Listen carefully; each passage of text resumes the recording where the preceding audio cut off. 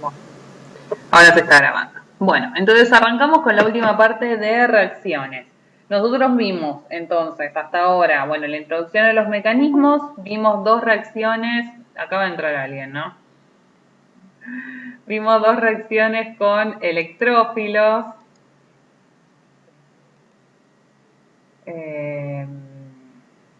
Y vimos que eran las adiciones electrofílicas y la CEA.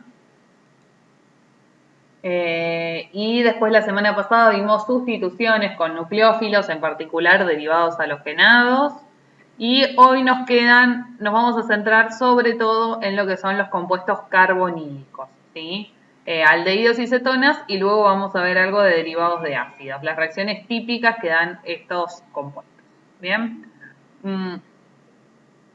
Entonces, bueno, tenemos una estructura general para un aldehído o una acetona, y como yo ya les había adelantado alguna otra vez, ellos reaccionan con nucleófilos, ¿sí? ¿Por qué reaccionan con nucleófilos? Porque ese carbono es un carbono electrofílico, ¿sí? Cosa que explicábamos por el efecto atractor de electrones del oxígeno, que va a traer electrones tanto por efecto inductivo a través del enlace sigma, como por efecto mesomérico, cosa que veíamos en estas estructuras resonantes, ¿sí? Que ya habíamos dicho que la estructura con separación de cargas es la menos contribuyente, pero es en la que podemos observar gráficamente este carbono con carga positiva. Creo que entró alguien más. Este es el embole de...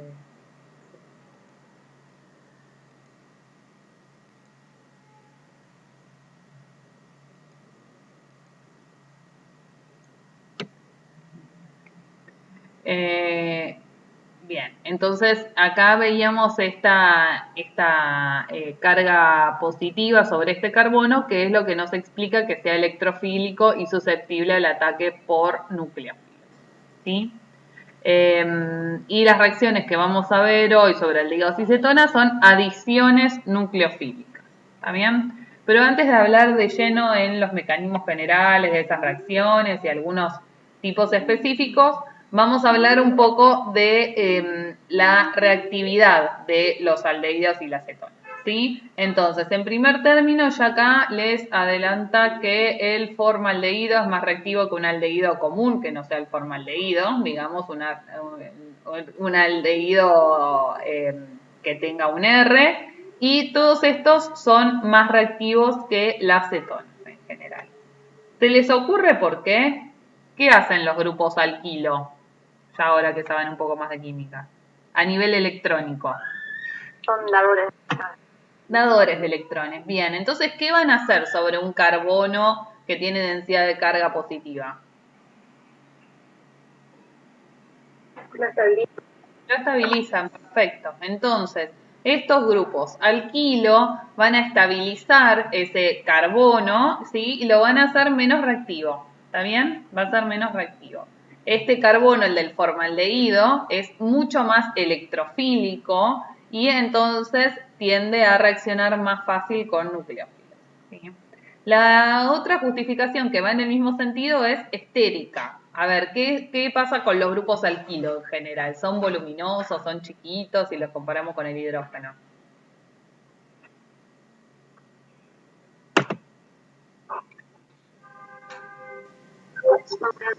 Son grandes, ¿está? Entonces, cuanto más grupos voluminosos tenga, acá desde dos hidrógenos, acá un hidrógeno y un alquilo, y acá dos grupos alquilo, ¿sí? Más volumen en el espacio van a ocupar y más difícil va a ser la entrada del nuevo sustituyente simplemente por una cuestión estérica, ¿está bien?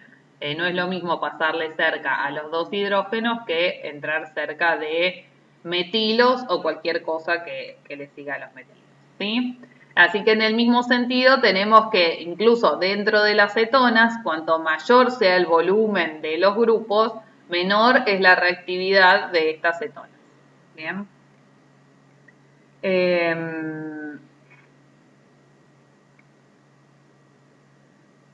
Yo acá me adelanto un poco, porque en realidad ven que ya tenemos otros grupos, ya tenemos los derivados de ácidos a los que vamos a volver después, Pero como estamos hablando de reactividad, me gustaría que les quede toda la parte de reactividad de carbonilos comparada, toda junta, y luego vemos las cosas específicas de cada familia de compuestos.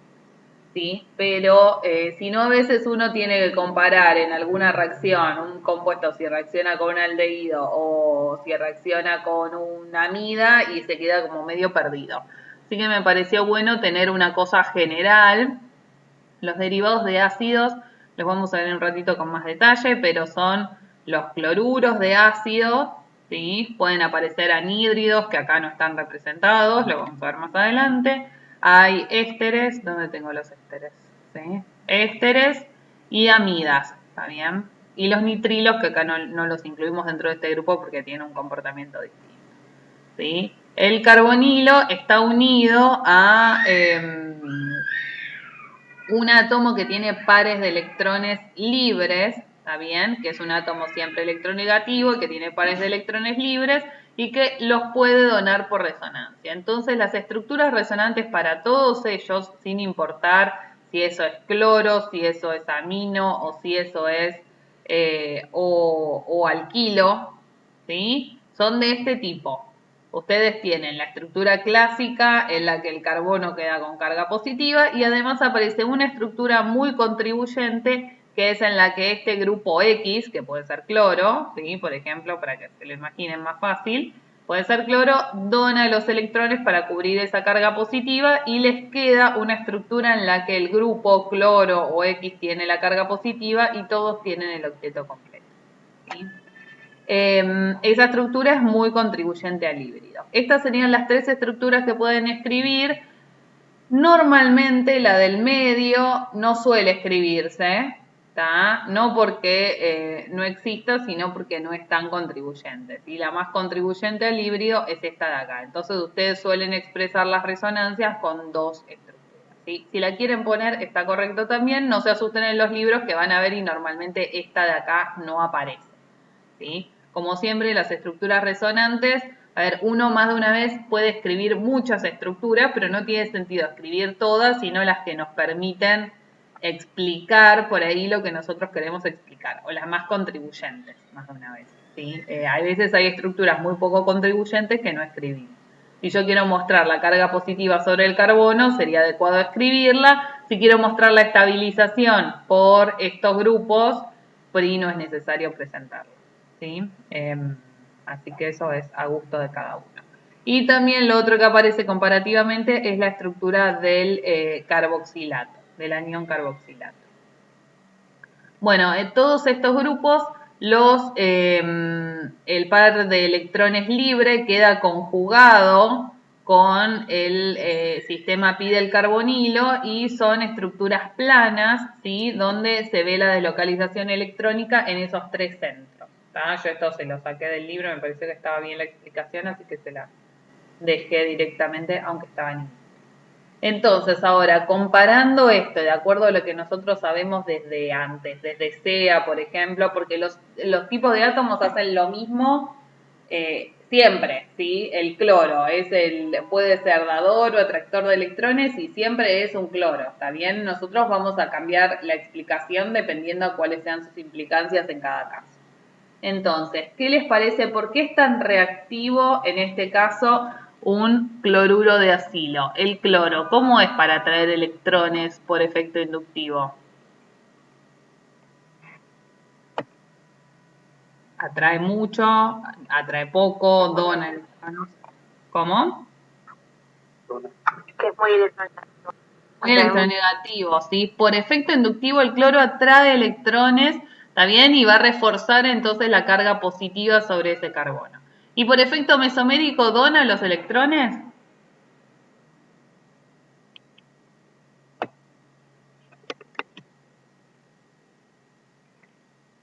Acuérdense de lo que vimos en SEA. ¿Donaban o no donaban electrones por efecto mesomérico los halógenos? Mientras ustedes piensan, voy a admitir a alguien que me está pidiendo admisión.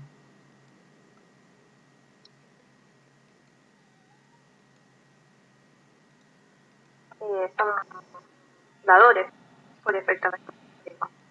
Son dadores por efecto mesomérico, bien, pero son muy eficientes dando electrones. ¿Recuerdan qué pasaba? Sí, no hace el efecto inductivo.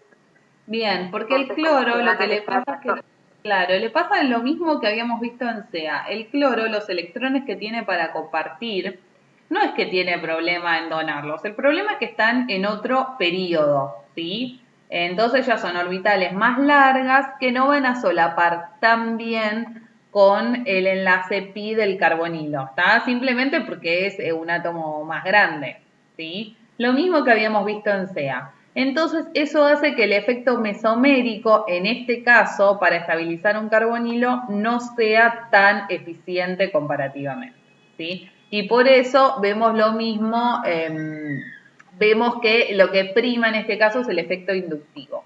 Y por eso es súper reactivo ese carbonilo. Nosotros ahora después vamos a ver cuál es el comportamiento de los cloruros de ácido y un poco más en detalle eso, pero son compuestos sumamente reactivos porque ese carbono carbonílico es muy reactivo, ¿sí? De hecho muy inestable.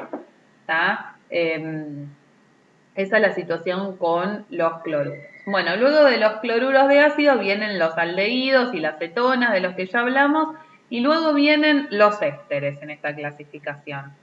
¿Sí? ¿Qué pasa con los ésteres? Atraen electrones por efecto inductivo, donan por efecto mesomérico. Este oxígeno de acá, y que está marcado, que es el nuevo que aparece. Repasando lo de la SEA.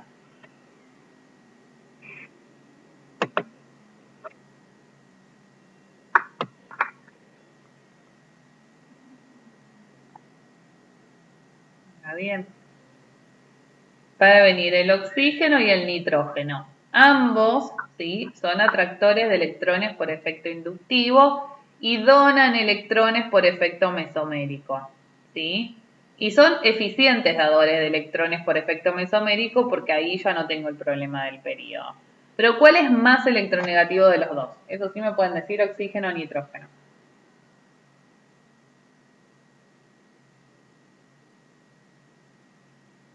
el oxígeno. El oxígeno es más electronegativo. Por lo tanto, el oxígeno va a traer más los electrones por efecto inductivo y además, como le gusta tanto estar rodeado de electrones, tiene menos tendencia a cederlos, ¿sí? Por eso, los ésteres, si bien son compuestos muy estables, ¿sí? Si yo lo voy a comparar con las amidas son más estables aún. Son los más estables de los derivados de ácido. Que vemos nosotros.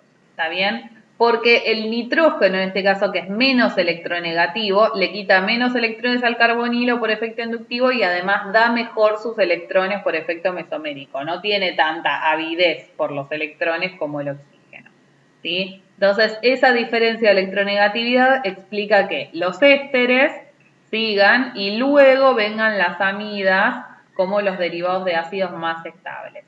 Tal punto que como vamos a empezar a ver la semana que viene, no sé con qué biomolécula empezaremos, pero los ésteres son el grupo funcional característico de los que aparece mucho en los lípidos, en los triglicéridos, y las amidas, el enlace peptídico, ¿sí? Es un enlace amida, ¿tá? O sea, son enlaces muy estables, ¿sí?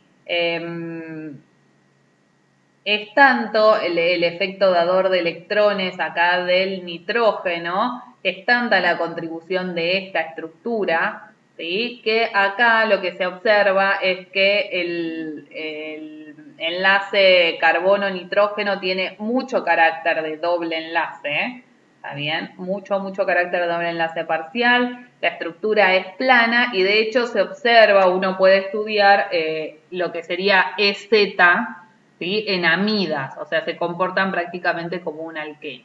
Eso después lo vamos a retomar en la parte de péptidos y aminoácidos porque tiene mucha importancia en lo que son las estructuras de las proteínas después, ¿sí? La planaridad de el enlace amida o el enlace peptídico. Bueno, y acá obviamente este ya es un compuesto con carga negativa, o sea, directamente con carga negativa, el carboxilato, así que obviamente ese carbono no va a ser prácticamente susceptible al ataque por nucleófilos. Solo da algunas reacciones que de hecho nosotros las vamos a tocar muy por encima con compuestos organolíticos que son como muy reactivos. ¿Sí? Realmente acá el carboxilato prácticamente no reacciona con nucleófilos.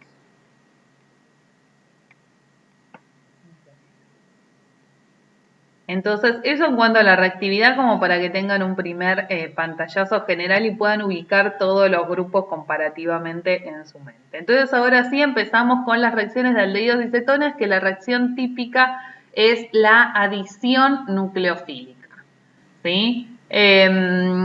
¿Cómo ocurren todas estas reacciones en cuanto a su mecanismo? Hay un nucleófilo, ¿tá? Que va a atacar al carbono electrofílico, ¿sí? Para dar un alcóxido que luego se protona, ¿está bien? Entonces, los productos son alcoholes y derivados. Eso es lo más típico, al menos en las primeras reacciones que vamos a ver.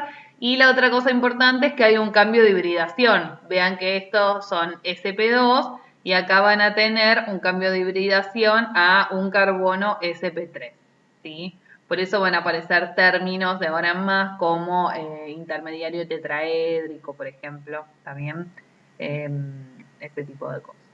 Hay algunas reacciones que son promovidas por base y otras son promovidas por ácido. Ahí se puede invertir el orden. Esto es lo típico de algo promovido por base. Ataca un nucleófilo, ¿sí? Que es una base, y luego ocurre el paso de protonación. Y hay algunas reacciones que son análogas, pero digamos en el sentido inverso. Primero se protona el oxígeno, haciendo más electrofílico el carbono, ¿sí? Y luego ataca el nucleófilo. ¿Está bien? La idea es la misma, se invierte el orden cuando yo estoy en medio básico o en medio ácido. ¿Sí? Y, ¿por qué me pasé a esto? Porque las primeras reacciones que vamos a ver, que por ahí son las más sencillitas de adición nucleofílica, son con reactivos organometálicos. Y ustedes la verdad es que no vieron todavía casi nada de reactivos organometálicos. Así que vamos a hablar un poquito también muy breve de lo que son reactivos organometálicos que tienen una utilidad sintética importante.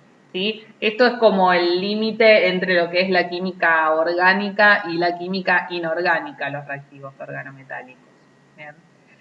A ver, ¿qué es importante para definir un reactivo organometálico? El metal tiene que estar unido a un carbono, ¿sí? Por ejemplo, el metóxido de sodio, ¿tá? No es un reactivo organometálico, porque acá lo que aporta la carga negativa es el oxígeno, ¿sí?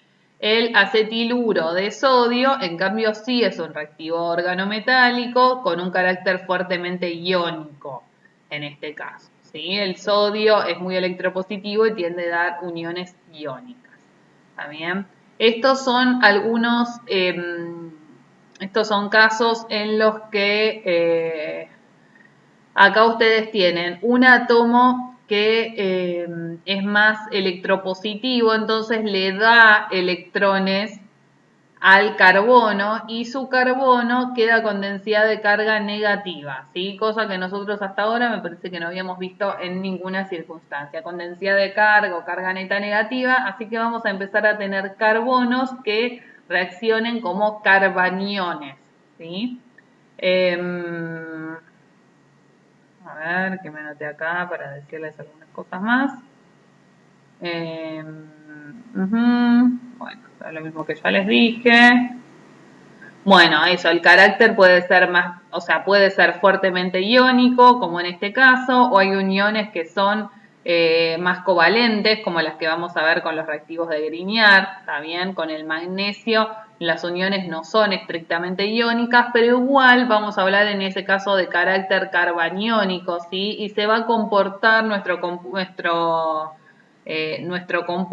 va a reaccionar como un carbanión, ¿está bien? Hay variaciones dependiendo de las sales del de qué metal sean, ¿sí? Qué tan iónico o qué tan covalente va a ser el enlace, y eso después va a tener implicancias en la reactividad.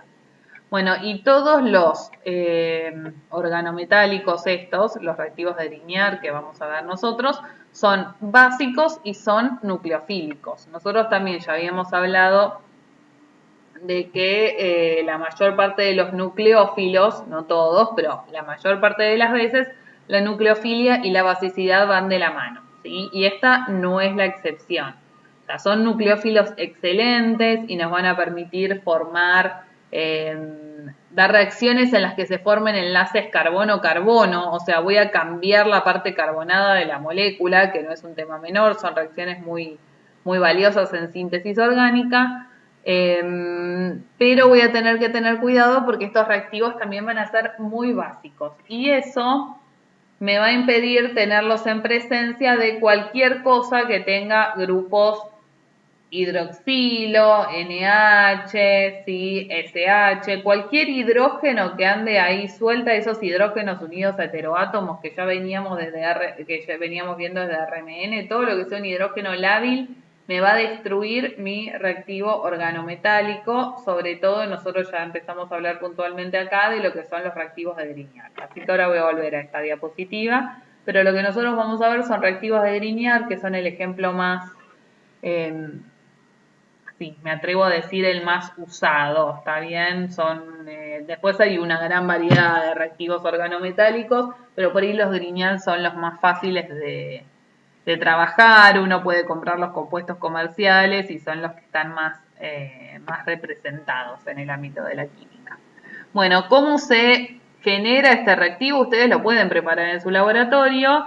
Se tiene que hacer a partir de un derivado halogenado, un RX con magnesio, ¿sí? En un medio completamente anhidro, van a obtener el reactivo organomagnesiano, ¿sí? Y acá pueden tener un derivado halogenado que sea de cualquier tipo, está incluyendo edílicos, vinílicos, cualquier derivado halogenado que quieran puede dar el reactivo de Grignard. Lo único que por ahí la reacción les cuesta más o menos esfuerzo, pero en principio pueden obtener reactivos de Grignard de cualquier cosa.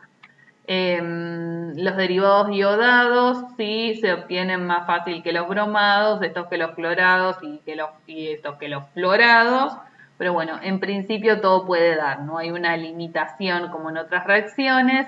Siempre se hacen en medio, siempre no, pero la mayor parte de las veces los obtienen en medios de éter, ¿sí? Éter etílico o THF, que es tetrahidrofurano, que es un éter cíclico. Siempre tiene que ser medio anhidro, porque ya les adelanté que estos hidrógenos que andan dando vueltas, que pueden ser los del agua perfectamente, les van a destruir el reactivo de Grignard, así que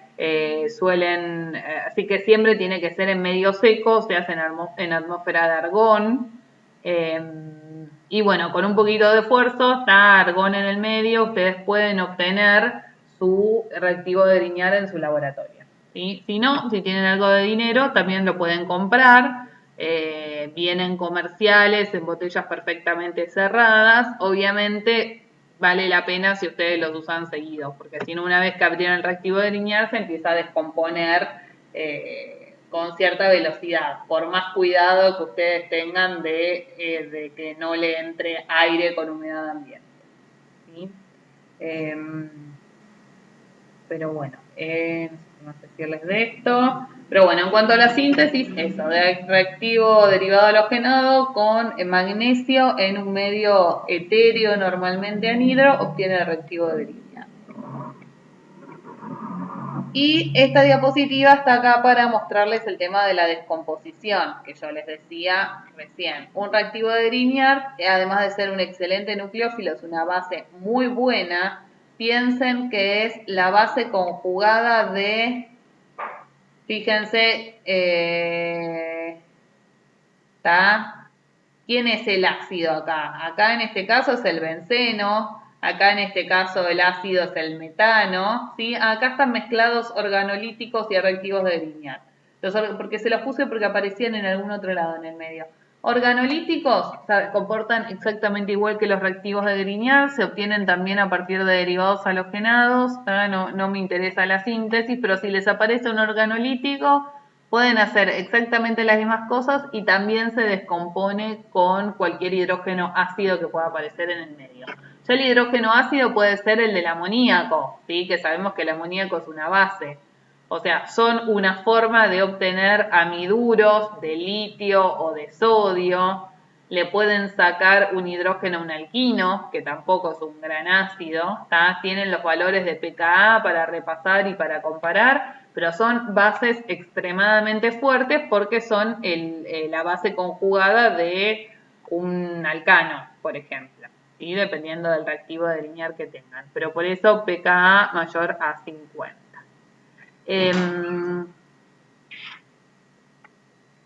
De los organolíticos, solo a título anecdótico, son sumamente reactivos, ¿sí? Más difíciles de manejar que los reactivos de Grignard. Dan exactamente las mismas reacciones, con la única diferencia es que los organolíticos son los únicos que reaccionan con los carboxilatos. Vieron que yo le dije al principio prácticamente nada reacciona con los carboxilatos. Bueno, los organolíticos sí, y en una reacción que queda fuera de este curso porque no podemos ver todo, pero permiten obtener cetonas a partir de ácidos carboxílicos, que es una reacción que está piola también. Bueno, y ahora sí vamos a la adición nucleofílica con los reactivos de Grignard, que era en definitiva el tema que queríamos tratar, ¿sí? Entonces, más allá de ser una buena base, son excelentes nucleófilos. No lo ponemos iónico porque acá el enlace no es iónico, es covalente, pero reacciona como si fuera un carbanión. El bromuro de etilmagnesio, en este caso se nombran siempre como la parte halogenada, bromuro de y el resto alquílico, ¿sí? Y el magnesio, así se nombran los órganos magnesianos. Ataca al carbono electrofílico.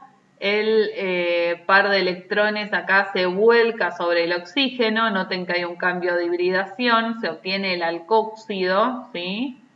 Que luego en un paso 2, acá ustedes le ponen agua en medio ácido, no es que necesitan que sea demasiado ácido el medio, ya con agua van a andar bien, ¿sí? O un medio ácido bastante diluido, y logran protonar su alcóxido y destruir todo lo que les quede del reactivo de Grignard, ¿sí? Es importante que recuerden que este paso del agua es un paso 2, ¿está bien? Porque uno no es que pone el reactivo de Grignard en agua. Paso 1 hace la reacción y obtiene el alcóxido. Paso 2 es simplemente un cambio de medio para protonar el alcóxido, ¿sí? Un cambio de pH.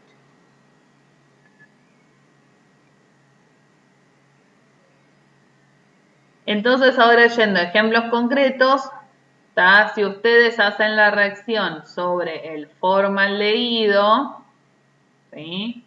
Obtienen un alcóxido que una vez que hacen el cambio de medio, terminan obteniendo el alcohol, que fíjense tiene un carbono más, ¿sí? Que el original que venía del Grignard, ¿está bien? O sea, obtienen la cadena carbonada del Grignard un carbono más, no se entendió lo que les quise decir. Bueno, que terminan obteniendo, digamos, un alcohol que tiene un carbono más con respecto al reactivo de Grignard que ustedes tenían, ¿sí? Porque lo que les va a aportar acá el formaldehído es el carbono este único, que va a ser este metileno, y el oxígeno, que va a ser el oxígeno, el hidroxilo del alcohol, ¿sí? Esa es la característica. Obtienen un alcohol primario que tiene una diferencia de un carbono con lo que venía del reactivo de Grignard. Si ustedes lo hacen sobre un aldehído, fíjense que acá en este caso, una vez que obtienen el producto final, obtienen un alcohol secundario, ¿sí? Y si lo hacen sobre una acetona, la característica es que obtienen un alcohol terciario. Fíjense acá, ven, no hace falta escribir todos los pasos con todo el mecanismo. Esto de acá es perfectamente lícito escribirlo así. Ponen 1, reactivo de Grignard, 2, ¿sí? Se suele poner agua en medio ácido porque es un medio ácido diluido, simplemente para el cambio de pH. No es que tenés que poner sulfúrico concentrado ni mucho menos. ¿Bien? ¿Se entendió hasta ahí? Sí, por ahora sí, sí. Muy bien. Ujú. Es una forma de obtener alcoholes. Ahora la siguiente reacción, que es en el mismo sentido, después ya viene la hidratación, estaba adelantando para el que viene. Son las reducciones, unas reducciones que también son adiciones nucleofílicas, ¿sí? Pero voy a obtener el producto de reducción, que es, en este caso, el alcohol. Se trabaja con lo que son dadores de hidruro. El ejemplo más típico para aldehídos y cetonas es el borohidruro de sodio, ¿sí? El borhidruro de sodio. También hay otros, como el hidruro de litio de aluminio. Pero bueno, primero les cuento la reacción, que viene en el mismo sentido, y luego nos seguimos bien. También todos estos dadores de hidruro en un mecanismo muy simplificado, muy simplificado. Lo más sencillo que podemos obtener, el nucleófilo es el hidruro, ¿sí? Que va a atacar a nuestro carbono electrofílico, se forma nuestro alcóxido y luego hay nuevamente lo mismo, un cambio de medio, un paso 2 de agua en medio ácido. ¿Sí? ¿Qué les quería decir de esto? Bien, no, nada, está bien. Esa es como la opción más simplificada del mecanismo. Si van a los libros, este no sé dónde lo saqué, pero puede ser que encuentren un mecanismo un poco más complejo, porque lo que se forma en realidad en primera instancia son, digamos, los alcóxidos unidos al boro, van a obtener sales de, en este caso, tetraalcoxiborato o tetraalcoxialuminato, que luego en un paso 2 se rompen esas sales del boro y terminan obteniendo su producto. Es exactamente lo mismo, solo que esto es como un poco simplificado. ¿Sí? Pero bueno, para mí es suficiente, ¿está? Yo creo que ya bastante tienen con todo esto. Lo que sí me importa es que son adiciones nucleofílicas. Esto, digamos, es un mecanismo simplificado, pero que va a la esencia de lo que termina ocurriendo de una manera simplificada. Son adiciones nucleofílicas. En el caso del borohidruro de sodio, es un reactivo que no es tan fuerte y por eso es muy selectivo para aldehídos y cetonas. No reduce ácidos y derivados, ¿sí? Porque, como ya habíamos visto, bueno, podría reducir los cloruros de ácido, pero bueno, los cloruros de ácido son tan reactivos que no sé si uno va a reducir cloruros de ácido, lo usa para otras cosas, pero sí. Si no, son muy selectivos para lo que son aldehídos y cetonas, y entonces me van a ser útiles para, no sé, si yo tengo un aldehído o una cetona en presencia de un éster, no van a tocar al éster, ¿está bien? No tocan el doble enlace tampoco. Si ustedes tienen un doble enlace, no afecta al doble enlace, ¿sí? Son muy selectivos porque no es un reactivo tan fuerte, entonces ataca a los carbonos carbonílicos más reactivos de todos. Bien. Después tiene el hidruro de litio de aluminio, que es el mismo concepto, ¿sí? Lo que pasa es que el hidruro de litio de aluminio no es tan selectivo, ¿está? Porque es mucho más reactivo, entonces sí llega a reducir ácidos carboxílicos, ésteres, amidas. Y acá de hecho les puse un ejemplo con un éster que reduce el éster al alcohol, ¿sí?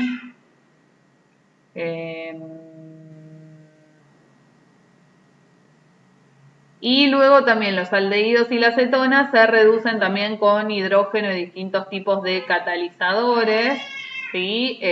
Lo mismo que los alquenos, por lo tanto ya saben que no es un reactivo selectivo, ¿tá? Obviamente selectivo significa si reduce solo ese grupo funcional o digamos al menos unos pocos, si tiene cierta selectividad. Hidrógeno catalizador, como vimos la vez pasada, dependiendo de las condiciones que yo le ponga, más o menos puede reducir todo lo que se nos ocurra.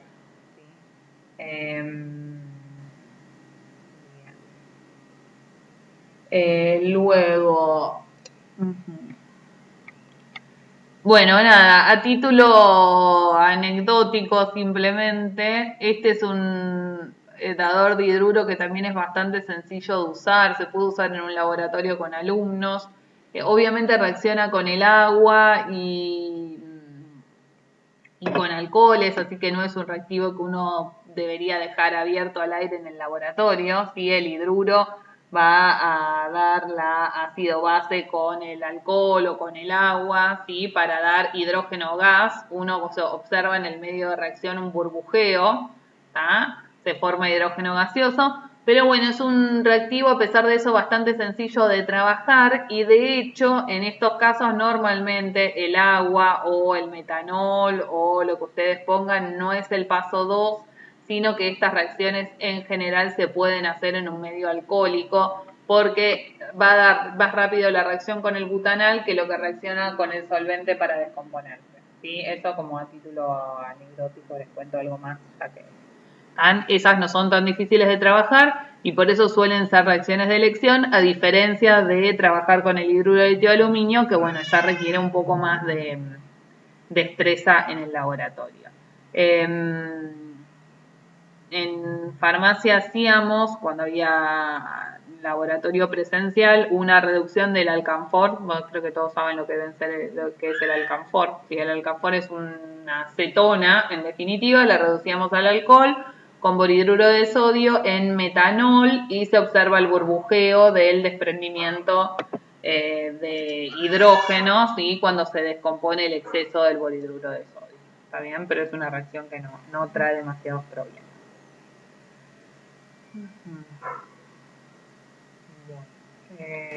Entonces, resumiendo, borhidruro de sodio selectivo para aldehídos y cetonas, un reactivo que siempre es de elección. El hidruro de tioaluminio reduce aldehídos y cetonas también, pero también reduce ácidos y sus derivados. Acá les puse un ejemplo que es un éster, ¿sí? Pero también reduce ácidos carboxílicos, amidas.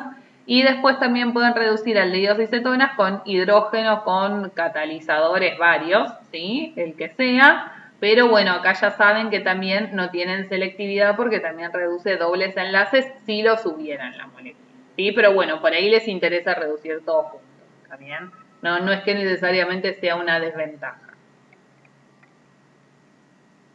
¿Sigo? ¿También? Sí. Entonces, ahora viene una reacción que es la hidratación de los aldehídos y cetonas, que yo la odio porque me parece una reacción inútil, pero tiene ejercicios en la guía. No, igual no es inútil, o sea, sirve para explicar un montón de cosas porque es una reacción que le pasa al formaldehído. Pero a ver, después les digo por qué me parece inútil. Porque es la reacción de aldehídos y cetonas con el agua, como su nombre lo indica, hidratación. Uno obtiene un producto que es el producto de adición del agua, ¿sí? Es un diol geminal. La palabra ya la habíamos visto cuando vimos RMN, significa que los dos grupos, en este caso hidroxilos, están unidos sobre el mismo carbono, ¿sí? Es un gemdiol, es otra forma de decirlo. ¿Por qué me parece inútil? Porque si ustedes miran las constantes de estas reacciones, ¿sí? Fíjense, salvo para el formaldehído, para la mayor parte de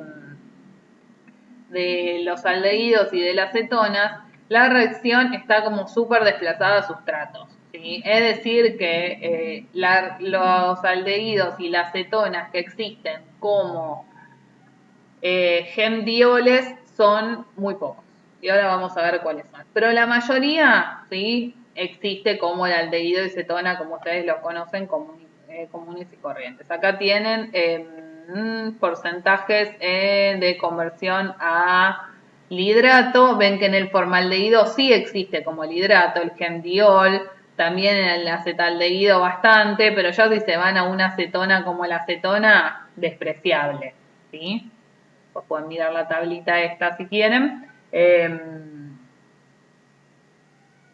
Pero bueno, entonces, esperen que vamos a charlar primero. No, quería ver si había puesto una diapositiva. Bien, entonces, ¿por qué existen o no existen como hidratos. Está asociado a lo mismo que hablamos de estabilidad de los carbonilos y de factores estéricos y electrónicos.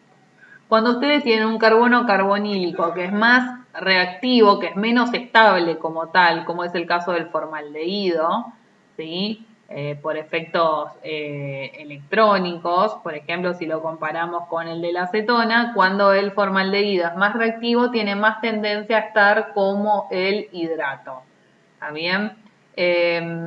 Por otro lado, si yo miro los efectos electrónicos, una cosa que hay que tener en cuenta también es que el hidrato tiene hibridación sp3, ¿sí? Entonces, los grupos voluminosos, si yo los tuviera, están mucho más cerca entre sí que cuando yo tengo algo con hibridación sp2, ¿sí? Entonces, eso explica que cuando yo tengo Rs voluminosos, más o menos, la forma del hidrato sea la menos estable. ¿Tá? Son dos cosas que van en el mismo sentido, porque ya si comparamos para la acetona tiene restos más voluminosos, ¿sí? que el formaldehído, y también es un carbono carbonílico más estabilizado, y eso es lo que nos justifica que se quede como la acetona y no como el hidrato, ¿sí? Pero hay algunos compuestos, algunos que existen principalmente en su forma de hidrato y que son todos aquellos en los que tienen un carbono carbonílico poco estable normalmente. El formaldehído es uno de ellos y acá tienen otro ejemplo, ¿sí? La hexafluoracetona, que existe principalmente en la forma de hidrato. ¿Por qué? Esto no lo habíamos charlado antes, voy a aprovechar para darles algún otro ejemplo. ¿Por qué les parece que la hexafluoracetona existe sobre todo como hidrato? Porque es inestable, está dicho de otro modo acá este carbonilo y tiende a reaccionar. Por el flúor, es muy atractor de electrones. Bien, tiene los flúor que son, y tiene un montón de flúor. ¿Vieron? 6 flúor que le atraen muchísimos electrones a ese pobre carbonilo que ya no puede con su alma, ¿está? Entonces, este carbono carbonílico va a ser súper reactivo y eso es lo que explica que termine existiendo como el hidrato. O sea, casos así como el de hexafluoracetona son casos en los que, bueno, fíjense que acá ya la constante se va a 22.000. Es decir, que los hidratos son importantes, pero en casos muy puntuales. No es que uno va a hacer de la acetona una síntesis del hidrato, ¿sí?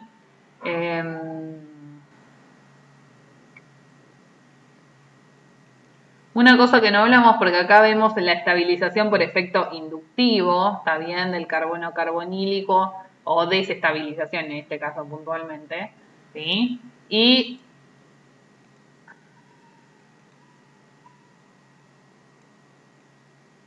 ¿qué opinan de este carbonilo que estoy haciendo yo acá? Comparado con, no sé. Ay, ¿por qué me haces esto? Bueno, comparado con la 2, que le dice 5 carbonos, con la 2 pentanona.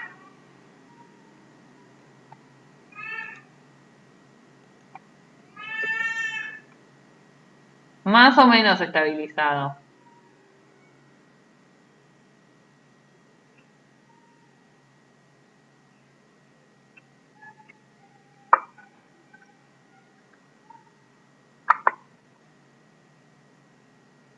Acuérdense que cuando hablamos de efectos electrónicos hablamos siempre de efectos inductivos y efectos mesoméricos, que ya los orienta para este lado.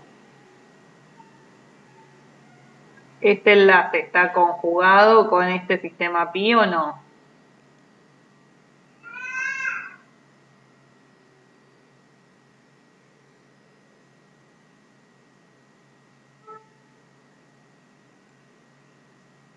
No hablan porque no tienen ganas, cosa que es válida o porque no están siguiendo las clases para nada. Eso es lo que me gustaría saber, lo que yo no...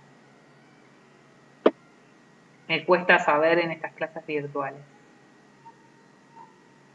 Porque siempre escucho como a los pocos, los mismos participando, van siguiendo, se va entendiendo. O sea, uno en una clase presencial, aunque no participen, al menos le ve las caras, ¿no? Que no estaría siendo el caso actualmente. De hecho, hoy ustedes me ven a mí, pero normalmente no. Van siguiendo la materia, no, si no, párenme. O sea, no tiene sentido que yo explique un montón de cosas que ustedes no pueden seguir.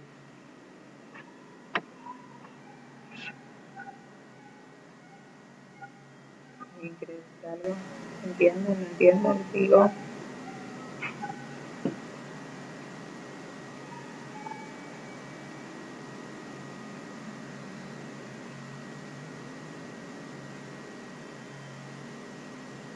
Ok. Ulises dice que está perdido en las últimas clases.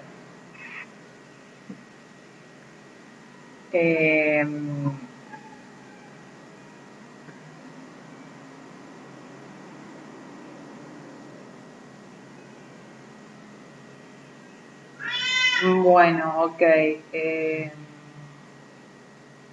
¿Y qué dudas generales, por ejemplo, tienen?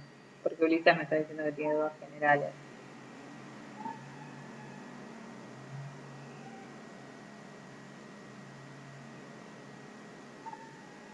O sea, ¿le falta que les explique de otro modo? ¿Le falta darle tiempo a las clases y a rever las cosas? ¿Está desestabilizado por la...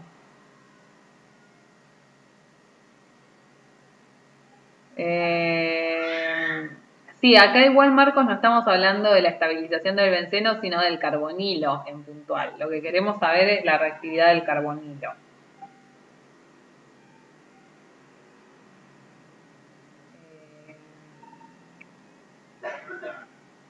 Como que necesito, yo los ayudo para que entiendan más, pero necesito que me guíen en qué les falta. Ya vieron que siempre retomo, no es que doy como todos los temas, o sea, retomo cosas desde que vimos desde RMN, pero como que necesito saber un poco más en qué se pierden.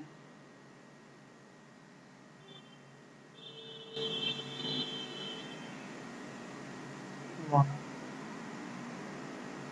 no sé si alguien quiere que aclare algo más, bueno, si no... no sigo. O sea, no sé qué hacer. ¿Quieren que retome algo? ¿Quieren que retome alguna parte de hoy?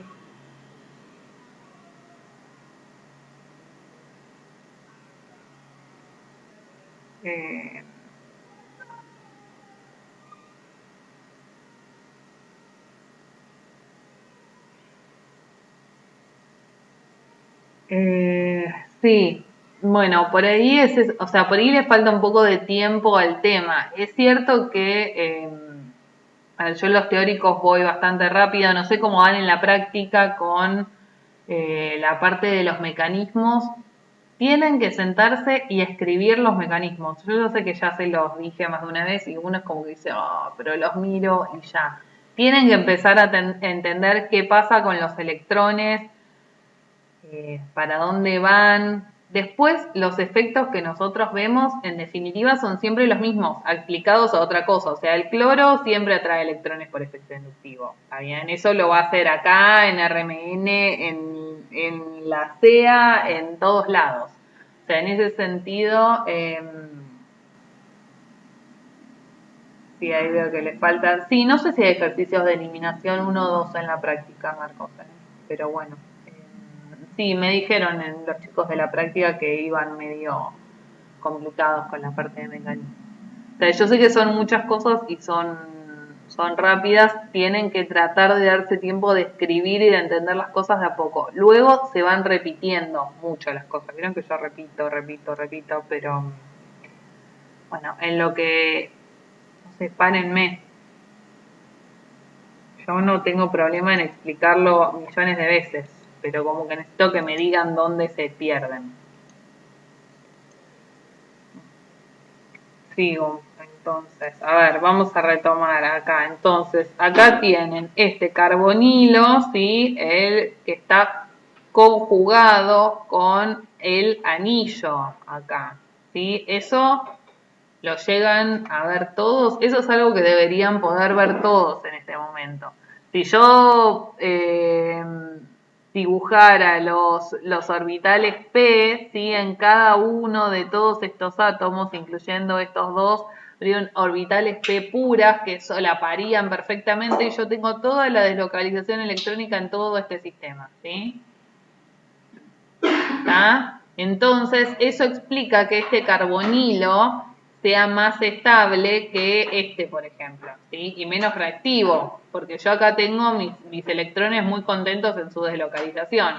Si yo lo hago reaccionar, pierdo la deslocalización de esta parte, ¿sí? Entonces, comparativamente, la acetofenona, que es este caso, es menos reactiva.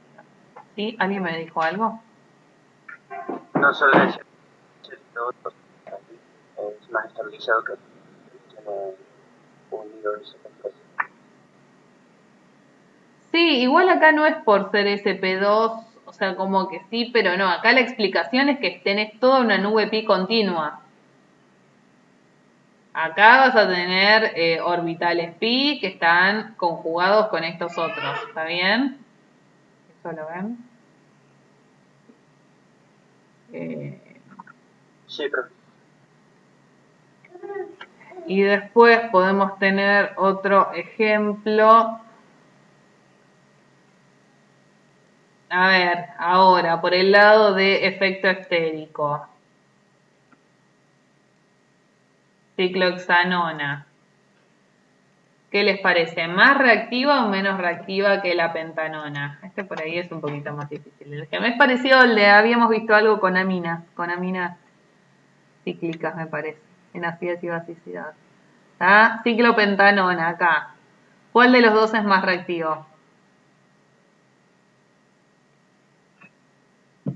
Para un nucleófilo. Si ustedes fueran nucleófilos, van a atacar a la, dije ciclopentanona, ciclohexanona, o a la 2-pentanona. ¿A cuál atacan?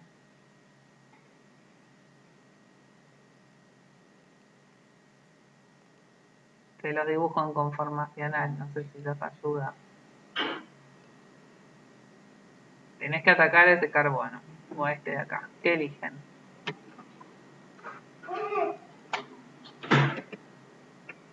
¿Alguien? ¿Alguna idea? Creo que el efecto estético es menor, Bien. porque como está como Bien, el efecto estérico es cierto, es menor, porque acá ustedes tienen un sistema rígido. Acá en el sistema de cadena abierta, imagínense que esto tiene libre rotación, entonces está como con los bracitos así moviéndolos y es mucho más difícil, el nucleófilo no sabe por dónde entrar acá, ¿está? Porque tiene esto que se puede estar rotando, esto que puede estar rotando y molesta un montón. Acá cuando vos tenés un sistema rígido, ¿sí? Tiene mucha menos movilidad y le da mucho más acceso al nucleófilo. ¿Sí? Como para que comparen reactividad. Y no, ahora no tengo ni idea de por qué llegué a eso. Ah, porque estábamos hablando de reactividad de los carbonos.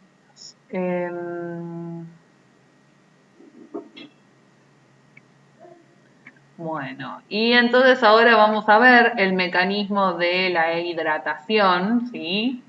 Que se los puse, este está en... Fui cambiando de distintos libros, siempre tomo el mecanismo, depende del que más me gusta de un lado, del otro. ¿Tá? Empezamos por el mecanismo de la hidratación en medio básico, se da en medio neutro también. ¿Sí? Ah, bueno, un detalle de esto es que el formaldehído, ¿sí? Que es un compuesto muy... ustedes saben que el formol es una solución de formaldehído en medio acuoso. En realidad el formaldehído no está de este modo, sino que está como hidrato, ¿no?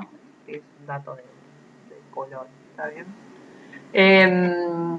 Bueno, se da en agua, no tiene problema, pero es más rápido si está catalizada por ácidos o por bases.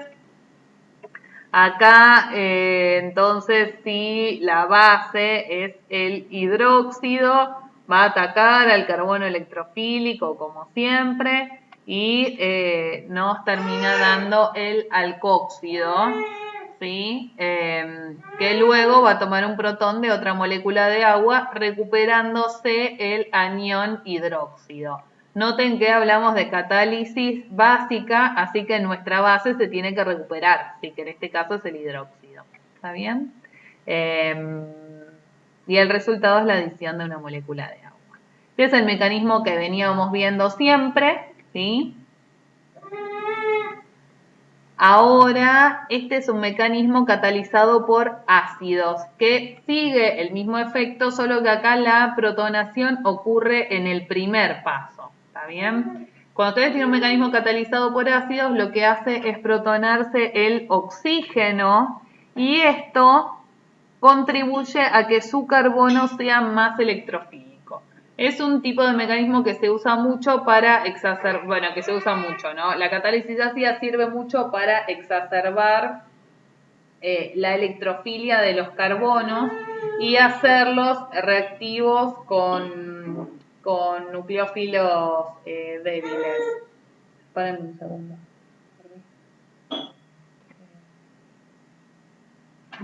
Sí, me estoy desconcentrando mucho. ¿Necesitas que vaya? Perdón, chicos, no me podía concentrar.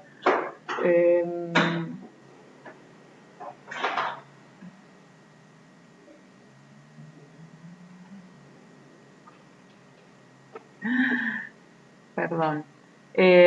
Bueno, entonces se protona acá el oxígeno y fíjense que ahora que ya todo tiene carga positiva, la contribución de esta estructura resonante con el carbono con carga positiva es mucho mayor al híbrido de resonancia. Así que antes que yo pasaba de una estructura neutra a una estructura con separación de cargas.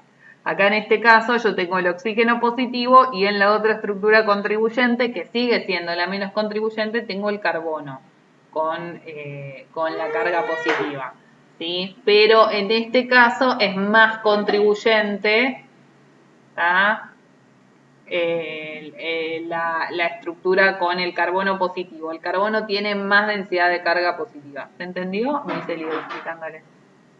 A ver, para los que están medio perdidos, comparé esto con... ¿Dónde está? Con esto de acá, ¿sí? Acá yo tengo una estructura sin separación de cargas neutra y acá tengo una estructura con separación de cargas. Esta claramente no tiene todo el octeto completo, nada, es la estructura menos contribuyente. En lo que vamos a ver ahora sigue siendo la menos contribuyente, pero ya ahora tengo que elegir entre dos estructuras con carga positiva. Entonces la estructura con el carbono con la carga positiva es comparativamente más contribuyente al híbrido, ¿sí? Ese carbono va a ser más electrofílico. Acá. ¿Ven? Tienen forma con el oxígeno protonado o la forma con el carbono con la carga positiva. ¿Sí? Entonces, bueno, lo que yo le decía es que este mecanismo aparece muchas veces en las que yo tengo que exacerbar de algún modo la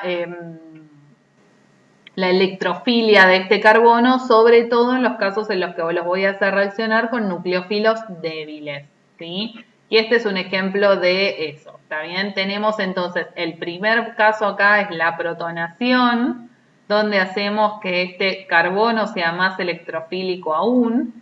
Y el segundo paso ahora es la reacción con el nucleófilo. ¿Sí? Es lo mismo que antes, solo que los pasos están invertidos. Mi nucleófilo en este caso es el agua. Está bien que es un nucleófilo débil si lo comparamos con el hidróxido que veíamos antes. ¿Sí? Se adiciona y ahora tengo un último paso de pérdida de este protón. Ven que me queda, adiciono el agua y me queda la carga positiva sobre el oxígeno. Pierdo un protón que lo puede tomar otra molécula de agua y yo recupero así mi ácido, ¿sí? Es catalizada por ácidos, el ácido lo tengo que recuperar. ¿Se acuerdan que como ya vimos estos pasos de pérdida de protón son pasos rápidos? Así que, ahora entró alguien, así que ahora dejo de compartir. Son pasos rápidos que, bueno, no afectan demasiado lo que es el diagrama de energía, ¿sí? Cuando yo necesito llevarme un protón, viene alguien como el agua y se lo lleva y fin, ¿está bien? O sea, no es que es un tercer paso demasiado importante en el mecanismo de reacción, eso es lo que les quiero decir. ¿Bien? ¿Se entendieron los dos mecanismos? Sí, sí. ¿Quién entró?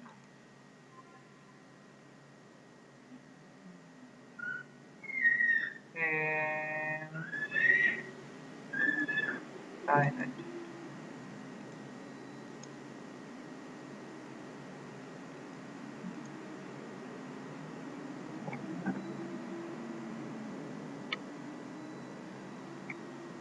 Vamos a otro mecanismo que es la formación de cianohidrinas, ¿sí? ¿Se acuerdan que habíamos visto, no sé, alohidrinas en su momento para los alquenos? Una cianohidrina tiene un grupo ciano y el hidroxilo, ¿sí? En este caso unidos al mismo carbono.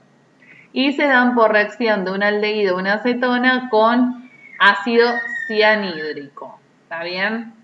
Uno pensaría viendo esto que va a ser un mecanismo en medio ácido, pero la realidad es que no, que es un mecanismo típico en medio alcalino, ¿sí? Primero se los cuento y después les cuento por qué es el medio alcalino. ¿Sí? Lo que ustedes tienen es el ion cianuro que ataca su carbono electrofílico y luego para formar el alcóxido y luego van a tener un paso en el que toman un protón del cianuro de hidrógeno, forman la cianohidrina y recuperan su nucleófilo, ¿sí? Que es el ion cianuro. ¿Está bien? Es un mecanismo medio alcalino porque, bueno, primero, ¿cómo se hace? Uno no es que pone cianuro de hidrógeno, ¿sí? Un gas altamente tóxico en su reacción, sino que las reacciones que llevan este tipo de ácidos se hacen poniendo cianuro de sodio, por ejemplo, ¿sí? O alguna otra sal, y vos agregás luego el medio ácido y formas tu cianuro de hidrógeno en el mismo medio de reacción, ¿está bien? Entonces, se hace esta reacción agregando, o sea, dejando un exceso de iones cianuro, que son los que te van a catalizar la reacción. 2, no podría ser promovida por ácidos porque el cianuro de hidrógeno, si ustedes buscan el pKa, no me lo acuerdo, pero es un ácido débil, ¿sí? Muy poco disociado, va a ser un muy mal nucleófilo, así que tienen muy pocas chances de tener un mecanismo, en este caso, catalizado por ácido donde este protón esté protonando acá el oxígeno, ¿sí? Entonces, por ahí, a diferencia de lo que uno piensa en primera instancia, es un mecanismo en que en realidad los iones cianuro, que vienen del cianuro de sodio o de potasio o lo que ustedes quieran, son el nucleófilo que van a atacar al carbonilo, ¿está bien? Y luego eso va a tomar un protón del medio recuperándose el ion cianuro. Sí.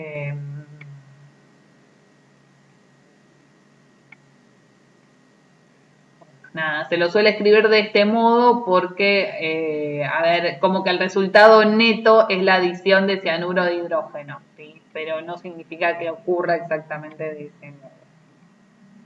Bueno, nada más de la cianhidrina.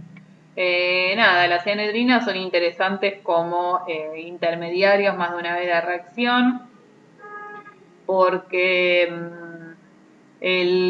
acá el ciano es factible de ser transformado en un grupo amino, así que pueden obtener aminoalcoholes a partir de esto, pueden obtener ácidos carboxílicos a partir de esto, entonces, bueno, tiene alguna utilidad en síntesis. Bien. Y ahora sí, la siguiente reacción que nos tocaría es la formación de acetales, que es una reacción muy bonita y que vamos a necesitar luego para entender la parte de azúcares. Que creo que voy a empezar con azúcares la semana que viene. Bueno, voy a hablar con los chicos de la práctica, a ver con qué biomolécula arrancamos, pero me parece que voy a empezar con azúcares, que es lo más largo. Bueno, acetales. Primero, ¿qué es un acetal? ¿Sí? Un acetal es un grupo funcional en que el carbono está unido a dos grupos OR, ¿sí? Como si fueran, no sé, éteres, no sé si lo quieren pensar, ¿está bien? Está unido a dos grupos OR, ¿sí? Y este mecanismo pasa por una estructura de hemiacetal, que es un grupo funcional en el que el carbono está unido a un grupo OR y a un grupo hidroxilo. Bien, esta es una reacción reversible, como casi todas las aldehídos y cetonas, y tiene una gran utilidad en síntesis, que es que los acetales son lo que vamos a llamar grupos protectores de aldehídos y cetonas en síntesis. ¿Vimos algún grupo protector? Estoy pensando. Sí, vimos la sulfonación la semana pasada o la anterior. Bueno, este es el mismo concepto. Yo tengo un aldehído y una acetona, por ejemplo. Quiero hacerla, ¿les puse algún ejemplo de alguna reacción? No puse ningún ejemplo. Supónganse que tengo un aldehído o una acetona, cualquiera de los dos, y tengo otro grupo y no quiero, o sea, tengo que hacer una reacción con un reactivo de Grignard y no quiero que reaccione mi aldehído o mi cetona. ¿Sí? Eso es un poco la idea. Voy a hacer una reacción con un reactivo de Grignard, pero yo no quiero que el aldehído y la acetona reaccionen. Quiero que reaccione otra parte de la molécula que tengo por ahí. Entonces lo que voy a hacer es proteger mi aldehído y la acetona como acetales, ¿sí? Hacer la reacción que tengo que hacer y luego volver a convertir el acetal en mi aldehído o la acetona. ¿Está bien? Los grupos protectores tienen que ser grupos que justamente protegen mi grupo funcional de otras reacciones y que son relativamente fáciles de preparar y también fáciles de romper, ¿no? Que sí o sí tienen que ser reacciones reversibles. En este caso, forman el acetal con el alcohol en medio ácido, ahora vamos a ver el mecanismo, y la ruptura del acetal se hace en agua, en medio ácido, recuperan, en este caso, su cetona y el alcohol. En particular, los acetales, como grupo protector, hacen al aldehído de la acetona resistentes a nucleófilos, como los reactivos de Grignard, por ejemplo, nucleófilos fuertes, a medios alcalinos, a oxidantes, ¿sí? Y bueno, también a reductores, ¿está bien? Por ejemplo, si yo quiero hacer una reducción con hidruro de litio de aluminio y no quiero tocar un aldehído o una acetona, puedo usar el acetal para proteger mi aldehído o la acetona. ¿Sí? Así que esa es un poco la función que tienen en síntesis orgánica. Además de eso, son los grupos funcionales característicos de los azúcares cuando están en su forma cíclica. Así que la semana que viene o la otra los vamos a retomar con profundidad porque, bueno, son muy importantes también en ese sentido, dentro del marco de la biomolécula. Bueno, ya viendo simplemente la ecuación, ¿cómo favorecerían en el equilibrio la formación de un acetal? ¿Sí? Conceptos de química en general, no de química orgánica.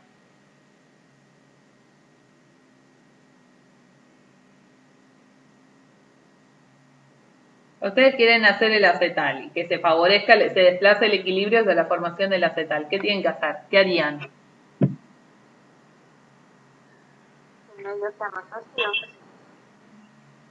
Acá en realidad el ácido es el catalizador, así que no. Que el medio sea más ácido, no. Pero bueno, sí, el otro reactivo, que es el alcohol, lo pueden poner en exceso. Eso sí sería una buena aproximación. El ácido es un catalizador, así que no es que yo pongo más ácido, obtengo más producto. Pero sí pongo mucho alcohol y voy a desplazar el equilibrio hacia productos. ¿Y qué harían además dentro de los productos? Obtienen el acetal y el agua.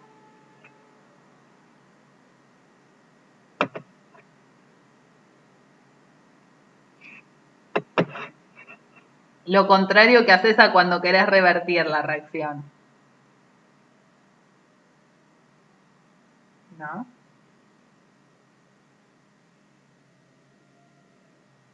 Vas a tratar de remover el agua del medio de reacción, ¿sí? Para desplazar el equilibrio hacia productos. A su vez, o mínimamente trabajar en un medio no acuoso.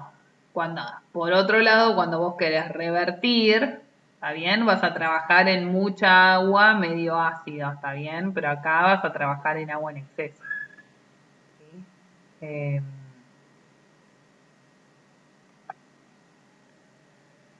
Bueno, acá si bien pueden usar cualquier alcohol y ahora vamos a ver el mecanismo completo, algo que se suele usar mucho es el etilenglicol, ¿sí? Que es este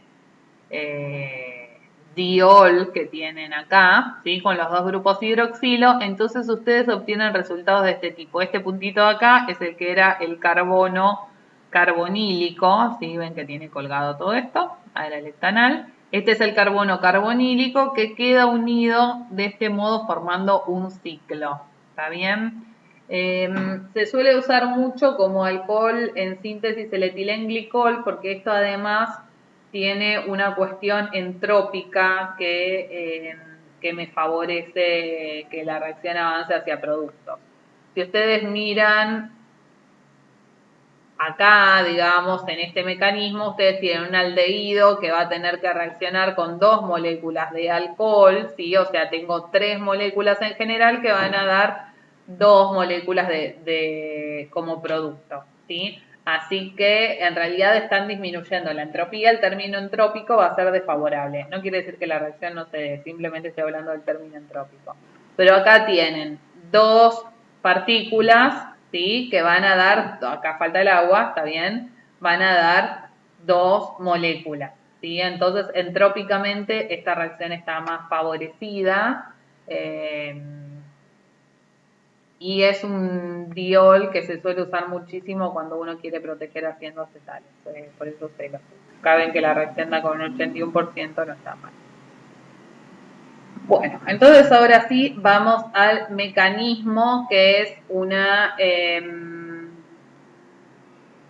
es un mecanismo catalizado por ácido. Está el primer paso, en realidad, la formación del hemiacetal, es la adición nucleofílica. Tiene el primer paso donde, como ya les adelanté que es el medio ácido, se protona el oxígeno, ¿sí? Del carbonilo para exacerbar la electrofilia del carbono carbonílico. Este carbono entonces ahora va a reaccionar con un nucleófilo débil, como es el alcohol, ¿sí? El alcohol, este par electrónico ataca acá al carbono y este par electrónico se desplaza sobre el oxígeno, dando ya el compuesto con hibridación sp3 con el hidroxilo alcohólico, y esta es la parte que venía del alcohol, que queda protonada en primera instancia y luego pierden el protón para dar el hemiacetal. Esa es la adición nucleofílica clásica para obtener el hemiacetal, ¿sí? Los hemiacetales, salvo en el caso de los azúcares, que vamos a ver ahora la semana que viene, la verdad es que no son estables como compuestos, entonces tienden a avanzar directamente hacia el acetal o a volver para atrás, cualquiera de las dos opciones, ¿sí?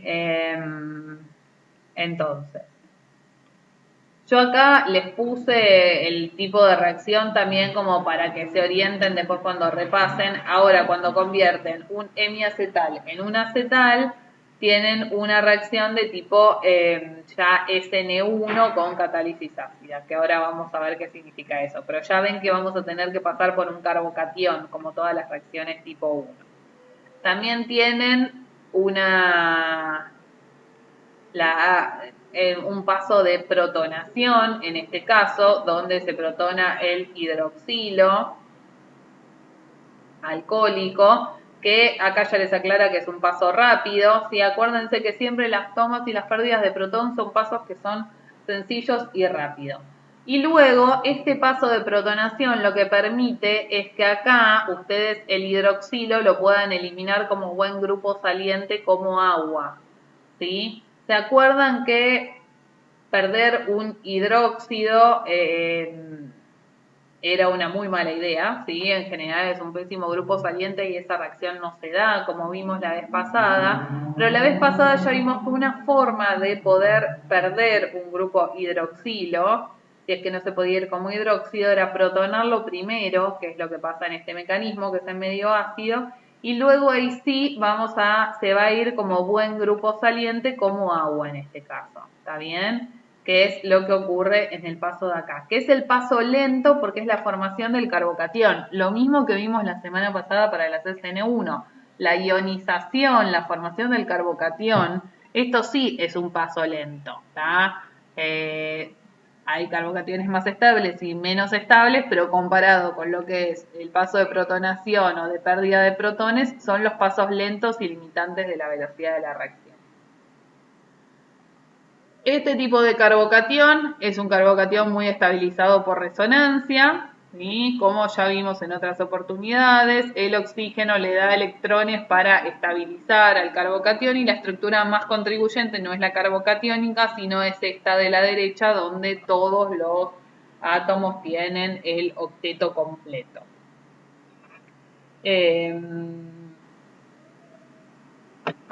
Y luego, lo mismo que vimos la semana pasada para la SN1. Una vez que tiene el carbocatión, la reacción con el nucleófilo, que es otra molécula del alcohol, nuevamente es un paso comparativamente rápido, ¿sí? Los carbocationes son muy reactivos y solo les queda luego perder un protón para recuperar la forma neutra. Bien. ¿Qué más les quiero decir esto? Obvio todos los pasos son reversibles, por eso me permite volver al aldehído y la acetona. A ver, ¿qué más les puedo decir que los ayude a recordar esto?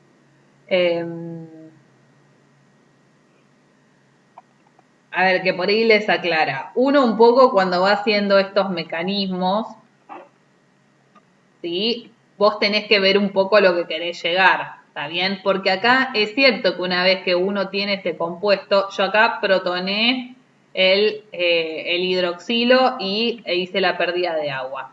¿Podría haber protonado acá el OR? Sí, podría haber protonado el OR y haber hecho la pérdida del alcohol. Lo que pasa es que si yo protono el OR y hago la pérdida del alcohol, vuelvo acá al partida, ¿sí? Como que volvés para atrás.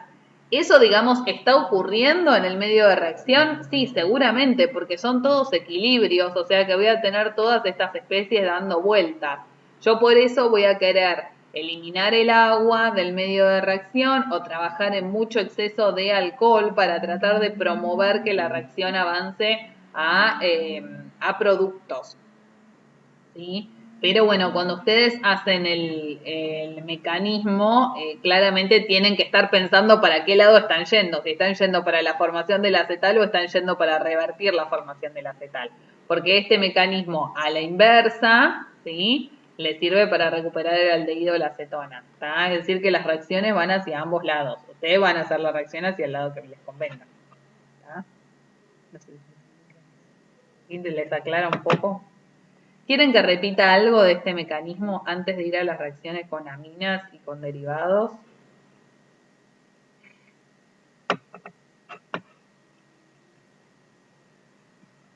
¿Viven? ¿Van bien? ¿Todos? ¿Alguien me quiere decir algo por el chat? Sí, yo con esta parte. Perfecto. Bueno, entonces vamos a las aminas.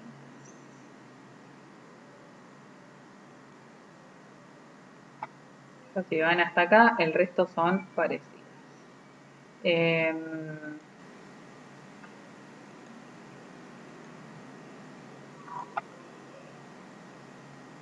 A ver si se entusiasman, vemos aminas y qué viene después.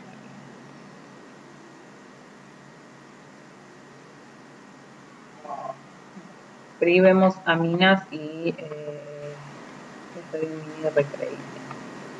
7:30, está bien. Sí, tipo 7:30 hacemos un recreíto. Acetales, ya está. Bueno, reacciones con aminas y derivados de ácidos son reacciones que también tienen dos pasos, el paso de la adición nucleofílica y otro paso de eliminación, ¿sí? A ver, si nosotros vemos, vamos a ver primero la ecuación de la reacción y luego los mecanismos.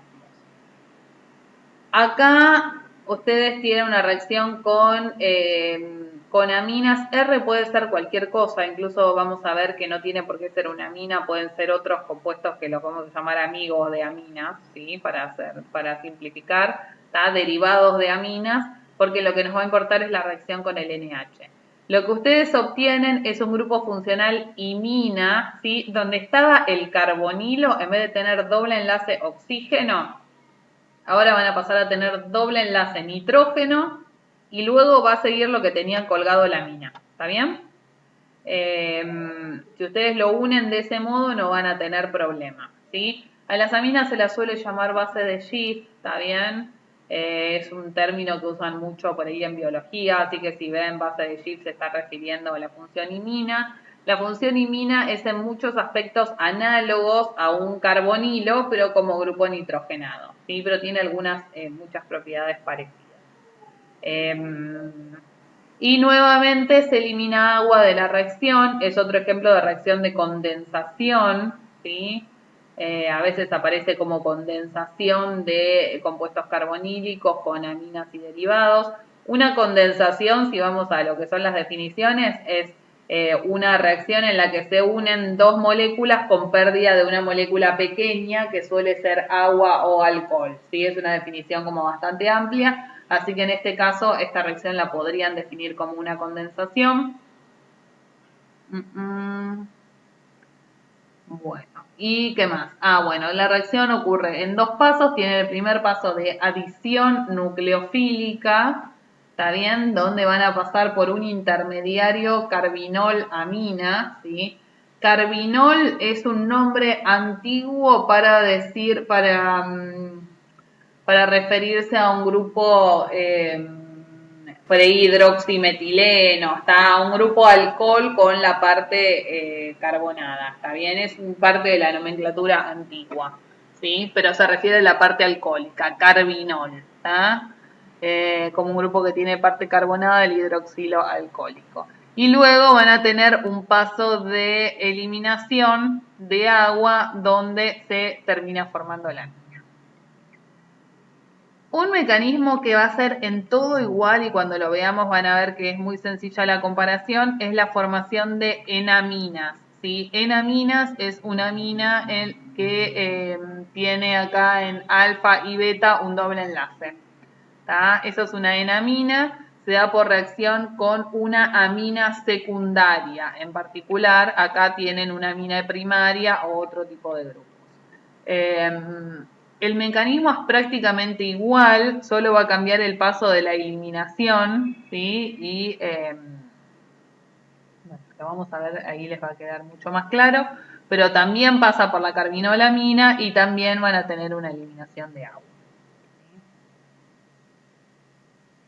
Entonces empezamos a ver las reacciones con las aminas y los derivados. Tienen un primer paso de adición catalizada por ácidos también, que tiene una particularidad que ahora en un ratito vamos a ver en cuanto al pH de la reacción. Y el segundo paso es una deshidratación tipo eliminación tipo 1, ¿sí? Como para que se ubiquen en más o menos el mecanismo que vamos a tener. También van a estar carbocatiónico, catalizada por ácidos, ¿sí? Entonces, empezando, primero se protona el carbonilo, como ya venimos viendo siempre, ¿está? Y acá el nucleófilo que va a atacar es el grupo, la amina, digamos, el nitrógeno amínico. Con su par de electrones, que es un excelente nucleófilo, va a atacar a ese carbono carbonílico, ¿sí? Y simplemente luego tienen el paso de pérdida de protón, que como ya saben, alguna base, quien sea, va a venir a llevarse el protón. Acá, bueno, sí, pusieron una molécula de agua, sí. Sí, podrían haber puesto otra base, pero sí, pónganle agua o amina o simplemente ponen base, 2 puntos, lo que quieran, se va a llevar la molécula se va a llevar el protón, ¿sí? Entonces, este primer paso, la obtención de la carbinolamina, ven que no difiere en nada de los mecanismos que estuvimos viendo antes para la adición nucleofílica. ¿Está? En este caso es en medio ácido, así que primero tiene el paso de protonación y luego de la adición de agua. No me gusta mucho esa base. A ver qué puse yo. Si tengo alguna otra base para sugerirles. El agua es como medio... No me gusta demasiado como base. Como que hacía ese agua en el medio. Está bien, es el que se elimina, pero bueno. Como que a veces las bases están como de acuerdo a conveniencia y como yo les dije varían según el libro. A ver si yo voy a hacer una propuesta mejor. Si encuentro alguna reacción mía.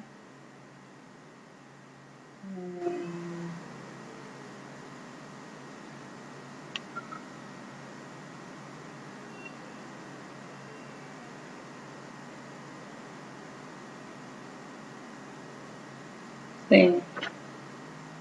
No, ahora les voy a decir, no, pueden poner el agua o si no por ahí una opción, que creo que yo la había puesto acá.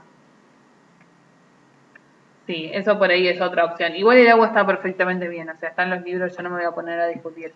Otra opción es hacer la primera parte del mecanismo sin la catálisis ácida, como creo que en este lo puse así. Lo puse así, me lo copié de un libro que estaba así, ¿no? Claramente nada de esto es de mi autoría, ¿sí? Donde directamente el primer paso es sin catálisis ácida. Porque la realidad es que el grupo amino es un nucleófilo, ¿me pasé? Sí. El grupo amino es un nucleófilo fuerte. Si ustedes van a las listas de nucleófilos que vimos la vez pasada, el grupo amino es un nucleófilo fuerte y en realidad estrictamente no necesitan la catálisis ácida para que esta reacción dé. Como todo esto va a pasar en el mismo medio, no es que yo obtengo la carbinolamina, la separo y hago otra reacción, por ahí es más fácil plantear todo con catálisis ácida, ¿tá? Como para ser consistentes en que están en un medio ácido. ¿Sí? Cualquiera de las dos opciones son válidas. O hacen el mecanismo en medio ácido y ponen una base, si no les gusta el agua ponen B, 2 puntos o lo que quieran. O lo hacen esta parte en medio alcalino, ¿sí? Directamente primero, o sea, sin protonar acá, hacen la adición nucleofílica y luego se buscan algo que les dé el protón para protonarlo. ¿Sí? O ponen protonina. Bueno, el paso 2, ahora yo les dije que es un paso de eliminación. Son mecanismos de adición nucleofílica más eliminación. ¿Qué van a protonar acá? ¿Qué es lo que quieren eliminar? El hidroxilo, ¿está bien? El hidroxilo se protona para transformarse en buen grupo saliente y se va como agua. Acá tienen el agua que estaba eliminada en el medio de reacción.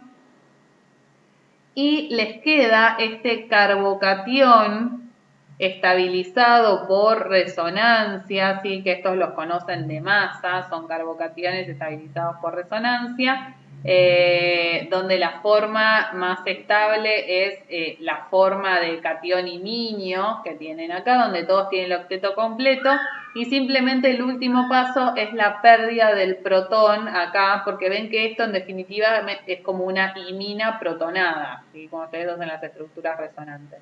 Así que solo pierden el protón de la imina, ¿sí? Y entonces el resultado de esta reacción globalmente es la formación de la imina y la obtención de agua, ¿tá? Acá recuperan el medio ácido con el que habían catalizado al principio. ¿Sí?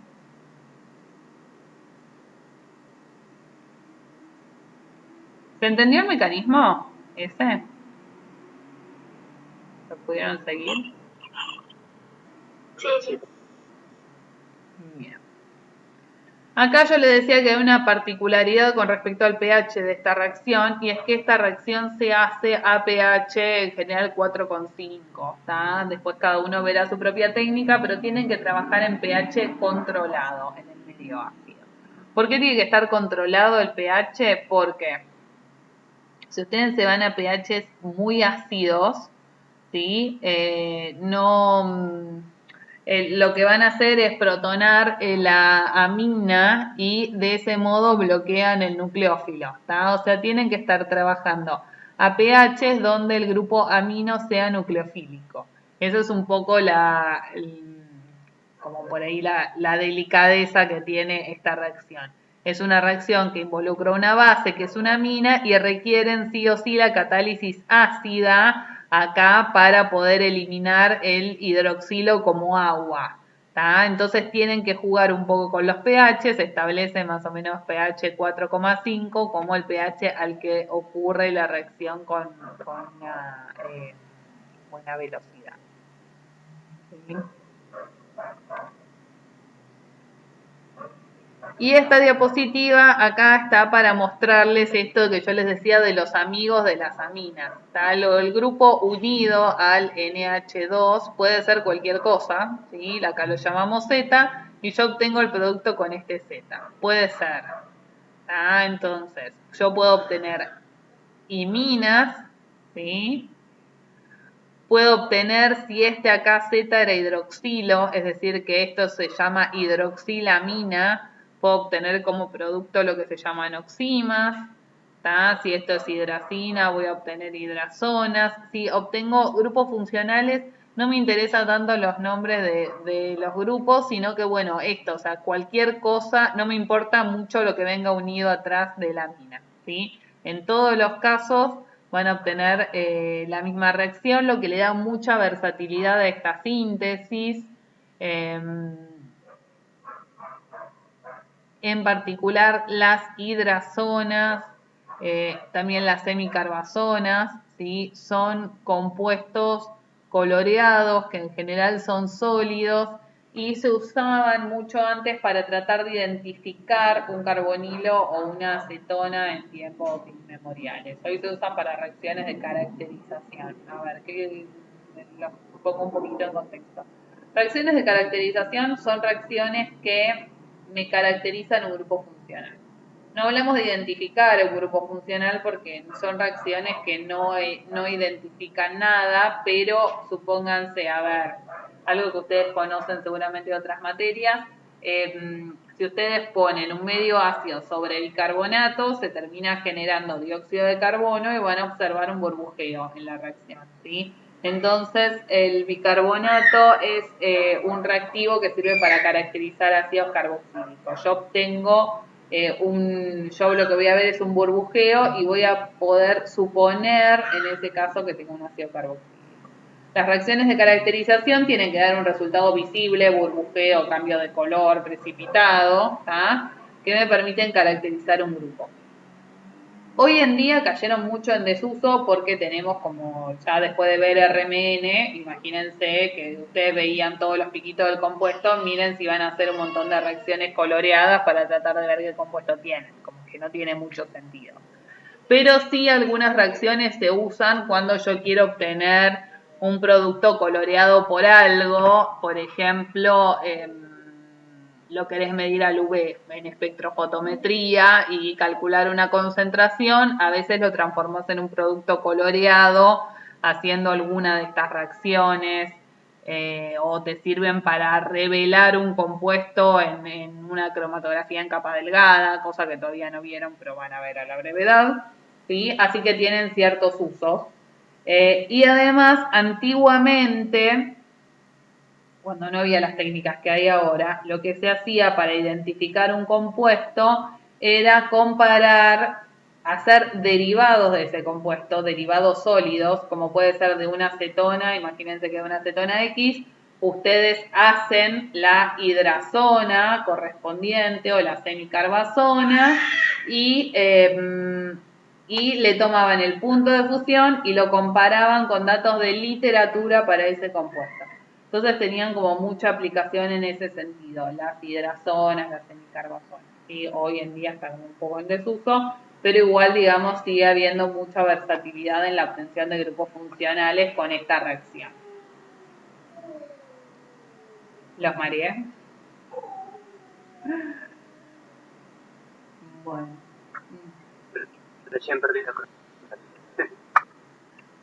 Igual eso, no sé si te perdiste demasiado. Bueno, termino con esto. Entonces, obviamente, esta también es una reacción reversible. Volvés para atrás con agua en exceso. Y el medio ácido, sí, lo mismo que hemos hablado para los acetales. Y bien, este es el otro mecanismo para la obtención de enaminas. Van a ver que es exactamente igual. Este es el medio básico, ¿sí? Por si quieren hacerlo, el medio básico, la primera parte, ¿no? No es que es todo en medio básico, ambos son en medio ácido. Pero la primera parte de la obtención de la carbinolamina, que es esta, está hecha en medio básico. Primero hacen el ataque nucleofílico y luego alguien viene y le da el protón que necesita para protonarse el alcóxido y dar el alcohol, ¿sí? Así que ahí obtienen la carbinolamina. Este es el paso de adición nucleofílica. Luego viene el paso de, hasta acá es el paso de adición nucleofílica, ¿sí? Recién acá veo que me faltaba la pérdida del protón, ¿sí? Este es el paso de adición nucleofílica y luego viene el paso de eliminación, en donde ahora sí, como antes, vos necesitas protonar el hidroxilo para que se transforme en un buen grupo saliente.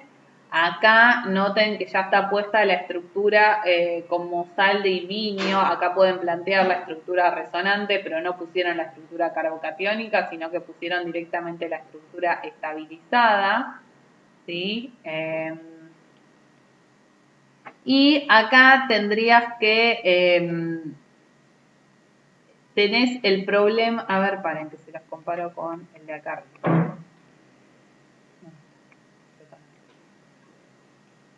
¿Sí? Acá ustedes tenían un NH que directamente eliminaban, ¿sí? Acá en nuestra sal de iminio no tenías ningún hidrógeno, ¿ven?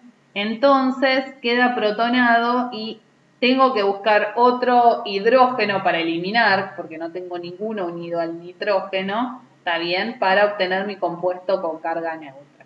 Entonces, por este motivo se elimina con el hidrógeno que está en beta al nitrógeno. Se va este hidrógeno, se vuelca este par electrónico y ahora el par electrónico se vuelca sobre el nitrógeno y yo termino obteniendo la enamina. ¿Sí? Es un problema, si quieren, entre comillas, ¿no? Problema de que acá el nitrógeno no tiene ningún hidrógeno para irse, para desprotonarse. Entonces yo termino buscando otro hidrógeno de la molécula para recuperar mi molécula en su forma neutra, ¿sí?